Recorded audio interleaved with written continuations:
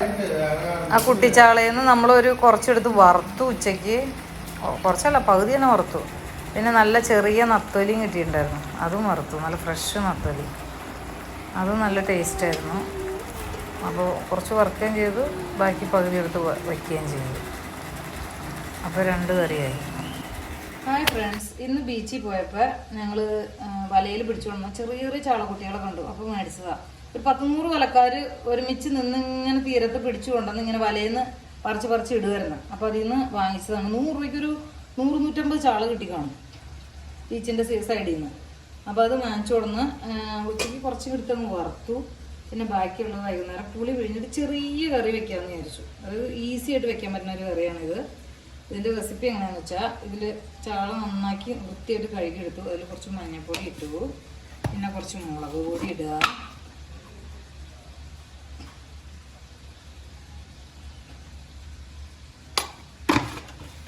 പിന്നെ കുറച്ച് ഉപ്പ്,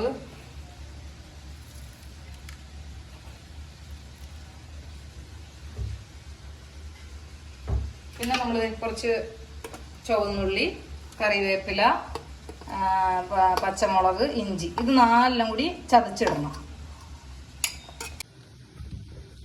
അപ്പോൾ നമ്മൾ ഈ ഇഞ്ചി, ചുവന്നുള്ളി, പച്ചമുളക്, വേപ്പില അത് 4 കൂടി ചതച്ച് ഇതിനകത്തേക്ക് ഇട്ടു. പിന്നെ നമ്മൾ കുറച്ച് വെളിച്ചെണ്ണയും കൂടി അതിൻ്റെ മേലേക്ക് ഇട്ടു. കുറച്ച് വെളിച്ചെണ്ണ കേട്ടോ. എന്നിട്ട് നമുക്കിത് നല്ലപോലെ കൈകൊണ്ട് തന്നെ ഇളക്കി മാഗ്നേറ്റ് ചെയ്ത് ഒരു 15 മിനിറ്റ് വെച്ചാൽ മതി. ചെറിയ ചാള കാരണം വേഗം ഉപ്പും മുളകൊക്കെ പിടിക്കും. അപ്പോൾ ആ സമയം കൊണ്ട് നമ്മൾ കുറച്ച് വാളംപുളി എടുത്ത് വെള്ളത്തിലിട്ടിട്ടുണ്ട്. ഒരു നാരങ്ങയുടെ വലുപ്പത്തിൽ. പുതിയ പുളിയാണേ, അപ്പോൾ നല്ല കളറ് കിട്ടും കറിക്ക്. അപ്പോൾ അത് വെള്ളത്തിലിട്ട് കുതിരാൻ വെച്ചിട്ടുണ്ട്. ഇത് 15 മിനിറ്റ് ആകുമ്പോഴേക്കും ഇത് കുതിർന്ന് കിട്ടും. അപ്പോൾ ആ വെള്ളം ഒഴിച്ച് നമുക്ക് വേവിക്കാം.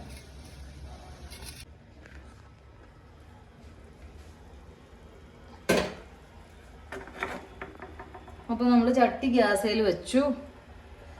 പുളി നല്ല വെള്ളം ഒഴിച്ച് പിഴിഞ്ഞ് വെച്ചിട്ടുള്ളത് ഇതിനകത്തേക്ക് അങ്ങ് ഒഴിക്കാം. അരിച്ചങ്ങ് ഒഴിച്ചു കഴിഞ്ഞാൽ ചാറ്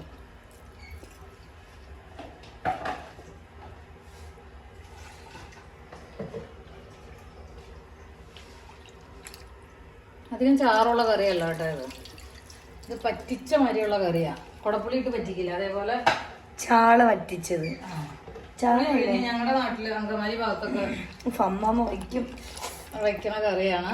ചെറിയ ചാറുണ്ടല്ലോ, പറ്റി വരുമ്പോ അങ്ങനെ കട്ടയിട്ടിരിക്കും. ഇത് ഞങ്ങളുടെ പള്ളിയിൽ നിന്ന് കിട്ടിയ ഇരുമ്പാമ്പുളിയാണ്. ഇതിൽ നിന്ന് ഒരു 4 എണ്ണം കൂടി അതിനകത്ത് ഇട്ടാൽ കുറച്ചുകൂടി പുളി കിട്ടും. അതിനുവേണ്ടി ഒരു 4 എണ്ണം മതി.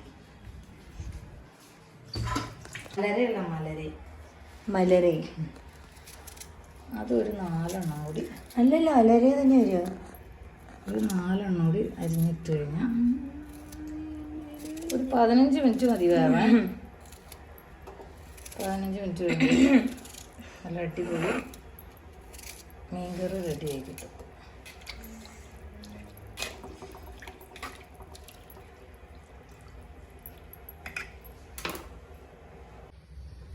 ഇപ്പൊ തള വന്നു തുടങ്ങി. അപ്പൊ നമ്മള് കയ്യിലോണ്ട് ഇളക്കാനൊന്നും നിൽക്കരുത്, കാരണം ചെറിയ തളയല്ലേ, ഉടഞ്ഞങ്ങ് പോകും.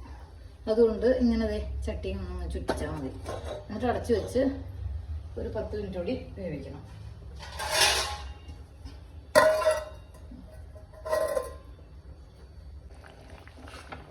ഇപ്പൊ ഏകദേശം കറി റെഡിയായി.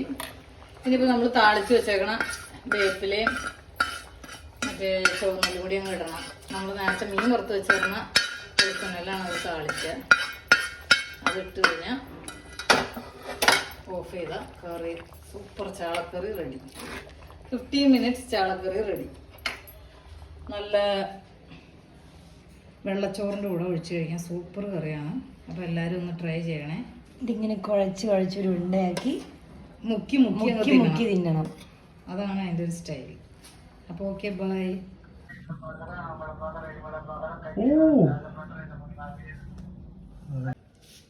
അപ്പൊ ഫ്രഷ് കൂർക്ക് എടുത്ത് ഉപ്പേരിയും വെച്ചു. നല്ല വെള്ളച്ചോറും മീൻകറിയും എല്ലാം കൂട്ടി, മീൻ വറുത്തതും എല്ലാം കൂടി സൂപ്പറായിട്ട് ഞങ്ങളിന്ന് അടിച്ചു പൊളിച്ചൊരു ചോറ് നല്ല